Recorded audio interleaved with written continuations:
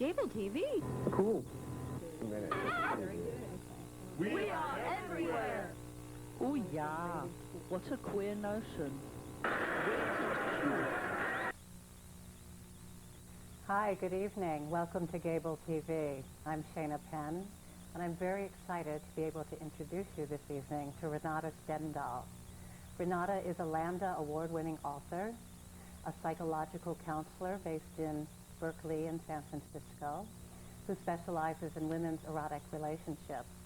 And I'm quite excited to say that that's our topic of discussion tonight.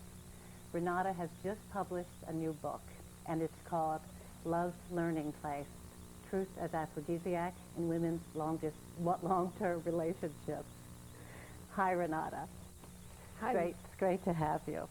That was a very interesting little lapsus. I know. Long-distance relationship. Well, you know, I might learn something tonight. And yes, that was really quite revealing about my own life. Is that sexy? For me, at least. But let's talk about the long-term relationships. I'm quite intrigued by the title of your book, Renate. Love's Learning Place. Where is it and how do I sign up? Truth as Aphrodisiac. I need you to convince me. And women's long-term, not long-distance relationships. Is it really possible? So I thought we might start with the question, how did you come about to write a book about love, truth, and sex? Love and sex and truth, yes, that's interesting to add the word sex into the equation. Well, I come from a very puritanical background. I'm German, as you hear from my accent, of course. A very Teutonic, tight-braided education of a girl child, meaning there's absolutely nothing down there. There is no down there. There is no there. And all I got as an answer to my very curious mind in terms of sex, women, gender, etc., was silence or lies or just wait for the right man. Of course, that wasn't sufficient. I realized pretty early on that I was bisexual with a great preference for women, in fact, and that I would have to leave that country, Germany, that was so oppressive, and the mother tongue and the fatherland, and go into a chosen exile, which was Paris, and undertake my own sexual education, which I did. Thank God there was a living lesbian back then in Paris. They were very rare and hard to find in the 50s, 60s for me, 60s when I came of age. But this falling in love with a woman and coming to my senses in every sense of the word is what happened. And from there on, the women's movement began very quickly after that, gave us the concept and ideas, and all of a sudden we began to question all these lies about sexuality and women and men and about love and sex, and began to recreate an entire world, it seemed to us, of meanings and understandings, and finding a truth that we had completely not known. Maybe we had felt in our guts, but we hadn't known it, and now we were setting out to know it. I was blown away by this experience. I had a very hot affair with the women's movement in Paris. For years, it was my great joy to explore, to become promiscuous, wildly promiscuous, have a woman in every town when I was on the road, speaking or lecturing, etc. And I didn't believe in monogamy at all. I would have said I was a cynic. I didn't want it. I thought it was a cop-out. And it would be bad death, no matter what, within the shortest amount of time. Yes, I mean, my curiosity was about how do you avoid bad death, meaning how do you avoid the slow kind of creeping boredom, the dying out of the inspiration and energy in a long-term committed relationship between women. where we can often take a lot of things for granted, like we are, as women, cultivated to be intimate, tender, close, not everyone, of course, but let's say as a generalization for the moment. We have all these wonderful capacities for relationships. And then, how is it possible that we don't have good sexual relationships, which is the most intimate part of a relationship? So this intrigued me in myself, in my own relationship, because now I have been in a monogamous, committed, long-term, not long-distance, relationship for 16 years. And I was my own experimental object of study. I mean, I'm a counselor, so psychology was always important to me, looking at myself as honestly as I could muster, and with some humor, and to see that I could fail, and why did I fail, and what could happen to get the relationship back into these, you know, hot spot where things are exciting and where new things can happen. And well, as the book says, truth as Aphrodisiac, my very best answer that I found for myself, and I think testing it with friends and clients of mine as well, truth, telling the truth, is key. And when you talk about telling the truth, what do you mean by that? Do you mean where you like it? I mean, you go through this thing in the book too, where you say, well, women just assume that they, you know, that we know how to please each other. That's we one know of the what myths. to do. Yes. Okay. Yes. Okay. I mean, yes, the myth is we have the same body, of course. I mean, how come you have such a hard time giving me pleasure? Do it right now, you know?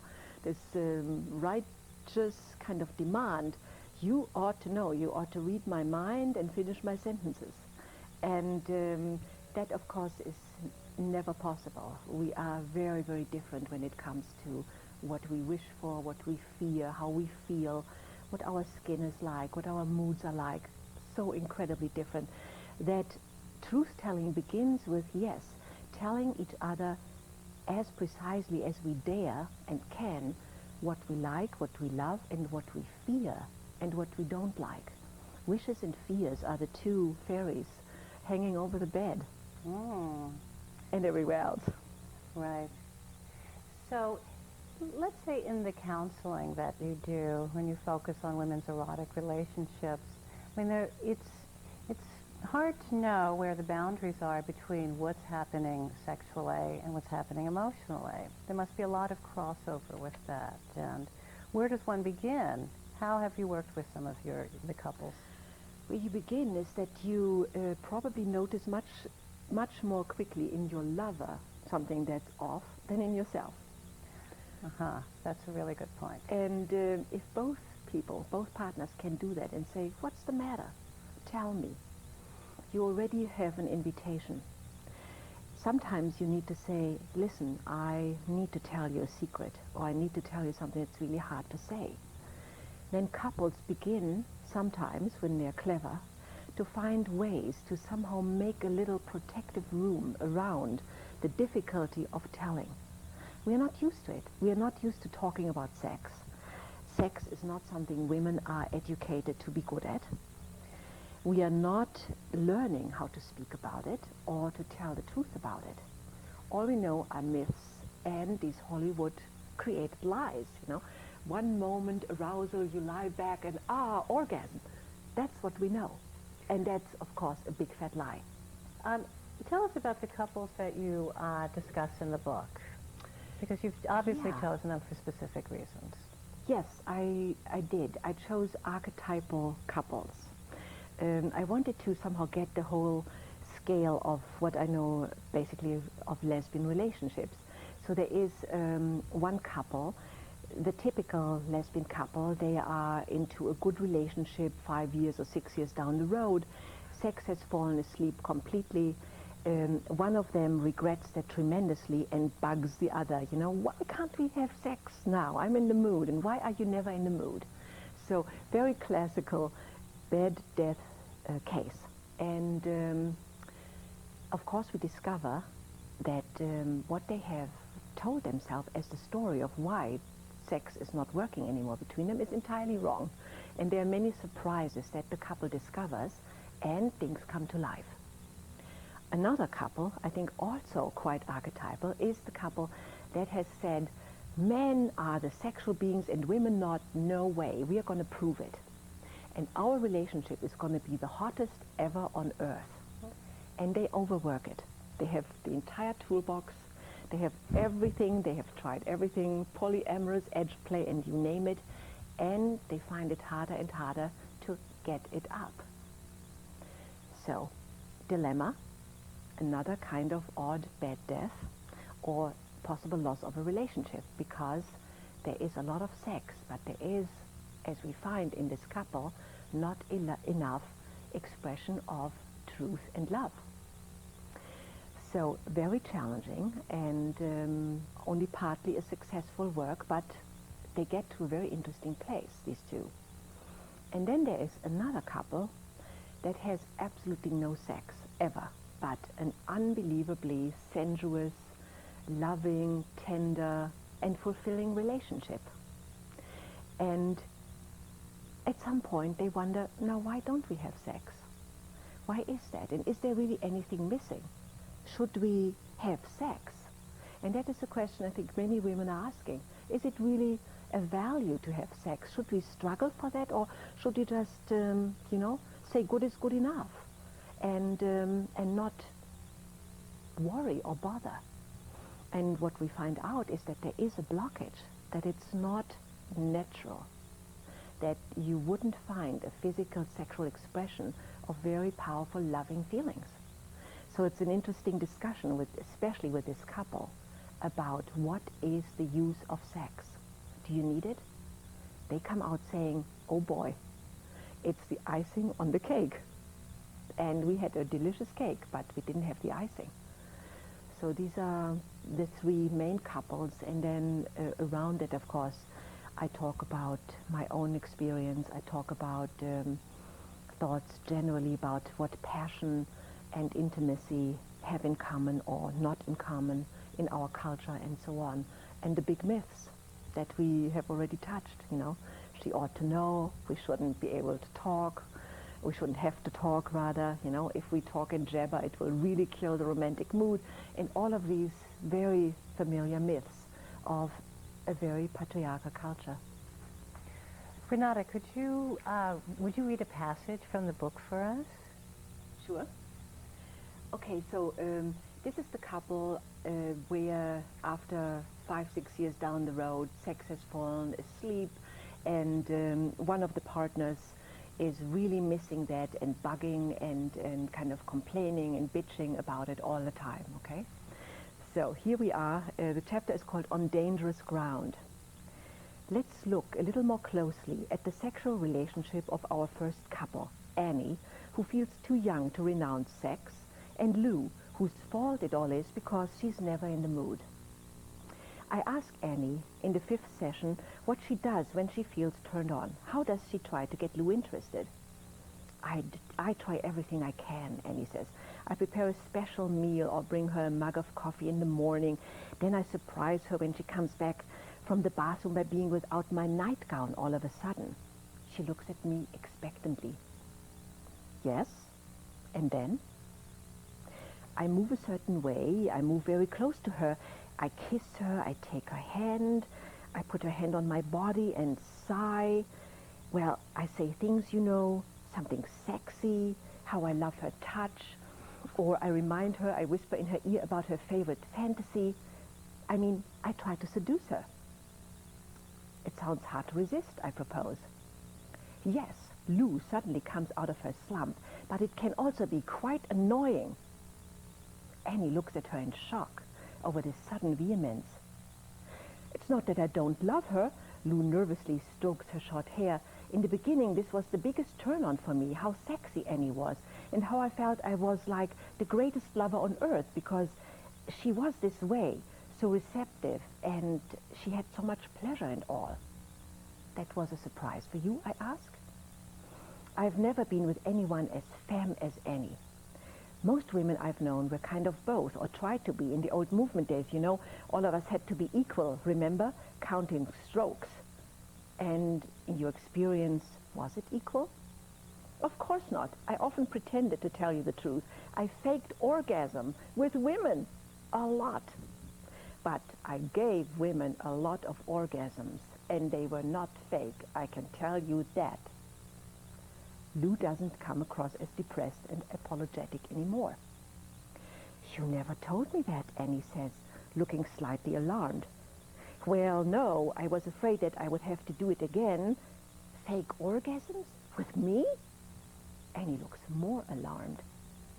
No, no, I'm only saying it's always been kind of hard for me to come. I don't like losing control. Lou shifts uncomfortably on the sofa. I'm just much more butch, I guess. At least that's what I told myself when I met Annie. I took the initiative, always, and there we were. Kismet, if you like. I've been damn good at that butch role, and I know it. Do you agree? I ask Annie. A match made in heaven, she says, and turns to Lou. If it's so easy for you, why did you stop? Why don't you enjoy it anymore? Lou shrugs, and Annie throws up her hands with impatience.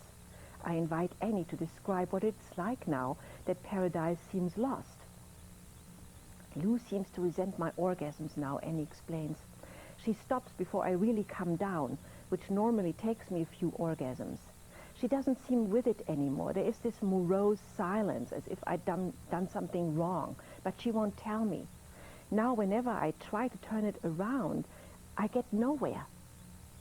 Yeah, because you don't know how, Lou says grimly. Annie blushes. What do you mean? I don't know how. You don't know how to turn it around, because you only know one turn, on your back. Both of them look equally stunned by what has just been said. And you, Annie suddenly comes back to life, red in the face. You only know one turn too, and that's on top of me. What is clear at this moment is that Lou and Annie have made a start in the direction of telling each other the truth. I guess that's one of the things that I find so amazing about your book is that here we are, we're in the 21st century. We've been, way past the sexual revolution. Lesbian lifestyles are as mainstreamed as that, more mainstream than ever before. And so to think that we as women and as gay women are still not really out there with who we, what our sexual drives are. It's amazing to consider. And it's almost, some of the things you say seem so obvious, and yet to think that we're still pushing it is one of the things you seem to emphasize in the book, and that's coming a lot from your counseling experience. Yes, and there is always more.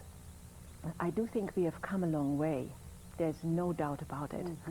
Mm-hmm. Looking back, it's just immense what strides women have made, and especially, of course, the younger the women are, the more liberated they can be, because thanks to us, Right. Kissing Jessica Stein film, and I thought, wow, if Jessica Stein had read Renate Stendhal's book, perhaps she'd still be kissing Helen today. What do you think? I bet she would be kissing Helen today. I think she would be too. When you look at the film, that it's so charming and so well made and really quite successful on many levels, you notice that there is just absolutely not a word spoken between these two women about the sexual fears and longings. One moment there is great desire, the next it's all cut off, and they are not doing anything physical, And what happened in between, and what happens afterwards? No communication. Right. And there you go, you know that they don't know how to talk about sex. They're too shy, they're inhibited. One feels she knows not enough, the other knows too much. And hey, if these two women came to me into my practice, they would get going probably very fast to talking and then doing and, keeping a relationship. express. You know, I've been reading a lot of your books your works for quite a few years now, Renate. You did the Gertrude Stein book that won the Lambda Award, Gertrude Stein in Words and Pictures. You did a book with your lover, Kim Chernin, the great feminist author, Sex and Other Sacred Games. And it seems that what you explore in Love's Learning Place, you began to explore here. That's right. That's very true. In Sex and Other Sacred Games in '89, we began what we called Platonic dialogue, meaning just taking over a male great myth, the dialogue between men about love and sex. And we had two women discuss it, and these two women were completely opposite. One was a femme fatale, a very naughty, sexual, heterosexual woman. The other was a radical lesbian dyke. And these two would just fight the devil over all these issues. And in the end, they would kind of cross over in a subtle way positions. They were not so hard, their positions, and they could get an understanding of each other, which in some ways is what Kim and I in our relationship went through, and what all good couples probably go through if it works out between them. You leave your extreme position and you walk a little bit in the other lover's shoes, right? So in a sense, the book ends with an open-ended happy end. You don't know whether these two very different women will make it and get together and make out or not. And now, of course, I reveal 16 years later, or a few years later, that we got together and we are still together and we still have amazing sex. I can say that.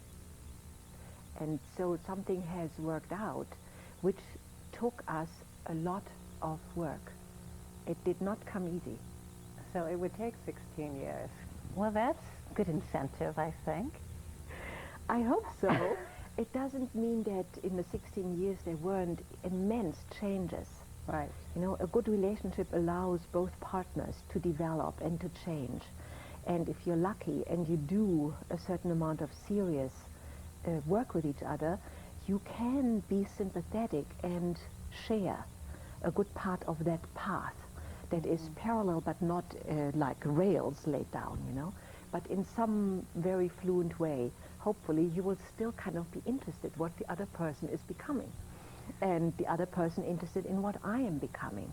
And then you see that your sexual life will change alongside a great deal.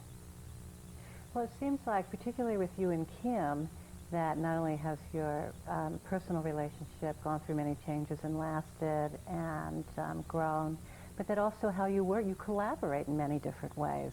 You wrote a book together, you edit for each other, and over the last couple of years, the two of you were the catalyst for the founding of a new independent women's publishing house, Edgework. And of course, Love's Learning Place is one of the first books published by Edgework, along with the other book that you have out this year, The Grasshopper Secret, which is a novel for adults and youth of all ages.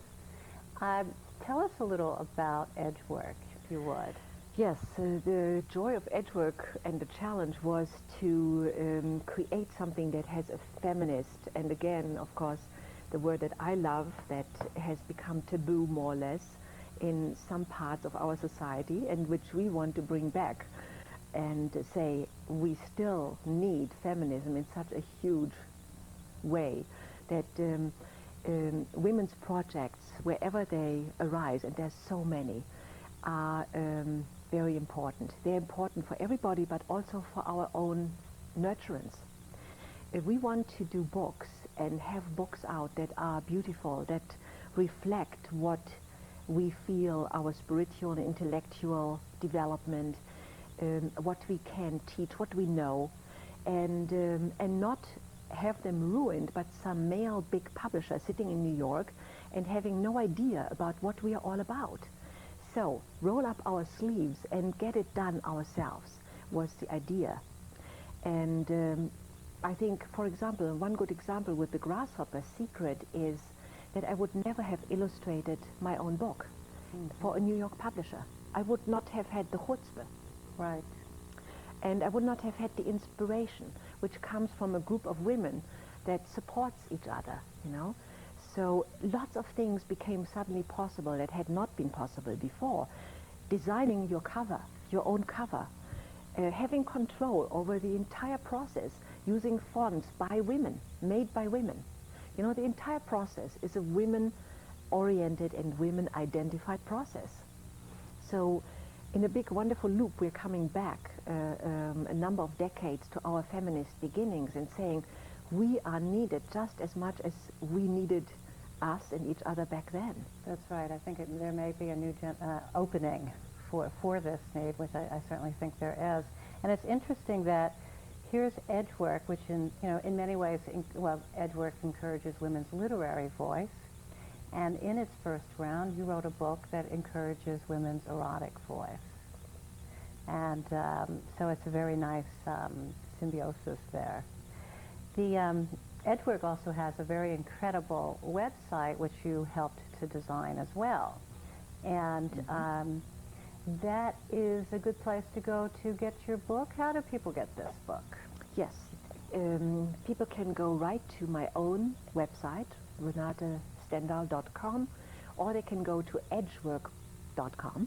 And of course they're very different. Edgework has all the books that we have put out and has classes and editing offerings. It has a daily jog for women writers every day. There's a new exercise that you can do. So it's a very lively and inspiring for writers and readers kind of website. And my own website, of course, has my books, has something about me, and people can write to me and contact me, tell me what they think about my books, and so on. Great. Well, I hope that everyone will contact you about your books. And again, thank you so much, Renate Stendhal. Thank you, too.